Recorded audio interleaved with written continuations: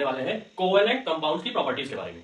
ठीक है, याद रखिए बहुत इंपॉर्टेंट चीज है, पूछा जाता है। देखिए कुछ चीजें जो होती हैं जिनसे असर्शन क्वेश्चंस बनते हैं, कुछ से एमसीक्यूज बन जाते हैं, ठीक है, कुछ से ही हमारे वेरी शॉर्ट क्वेश्चंस बन जाते हैं। तो चूंकि ये जो पार्ट है ये आपका एक ऐसा पार्ट है केमिस्ट्री का क्लास 10 की साइंस में जो कि थोड़ा सा टिपिकल है लेकिन इजी भी उससे ज्यादा है अगर आप उसको अच्छे से समझ लें। टिपिकल क्यों है? क्योंकि इसमें चीजें अगर हम समझते नहीं है, ठीक है, क्योंकि भाई देखिए कार्बन और उससे रिलेटेड चीजें हैं, शेयरिंग ऑफ इलेक्ट्रॉन्स है, डायरेक्ट यहाँ पे लॉस एंड गेन का कोई कॉन्सेप्ट है नहीं, तो थोड़ी सी चीजें बस यहाँ पर हमको दिमाग में समझनी होंगी, समझ लेंगे चीजें आ जाएंगी। बोर्ड के नजरिए से मैं बार बार कह रहा हूं, बोर्ड के नजरिए से बहुत इंपॉर्टेंट चीजें हैं ये।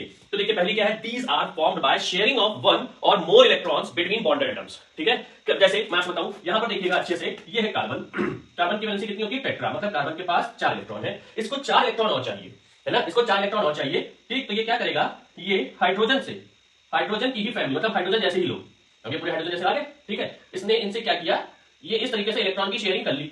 अब जब इस इलेक्ट्रॉन की शेयरिंग कर ली, देखिए एक एक इलेक्ट्रॉन की शेयरिंग कर ली इसने, तो ये क्या हुआ, यहां पर शेयर्ड इलेक्ट्रॉन है, ये क्या है, ये शेयर्ड इलेक्ट्रॉन है। अब कार्बन ने जब इलेक्ट्रॉन की शेयरिंग की है तो अगला भी तो इससे शेयर करेगा, हाइड्रोजन ने भी इससे शेयरिंग कर ली, ठीक, इस तरीके से। तो यहां पर ये क्या होता है, ये बन जाता है कोवेलेंट नेचर। कोवेलेंट मतलब जहां पर शेयरिंग ऑफ इलेक्ट्रॉन होती है वो क्या दिखाता है, वो दिखाता है कोवेलेंसी। ओके, अब देखिए दीज एग्जिस्ट एज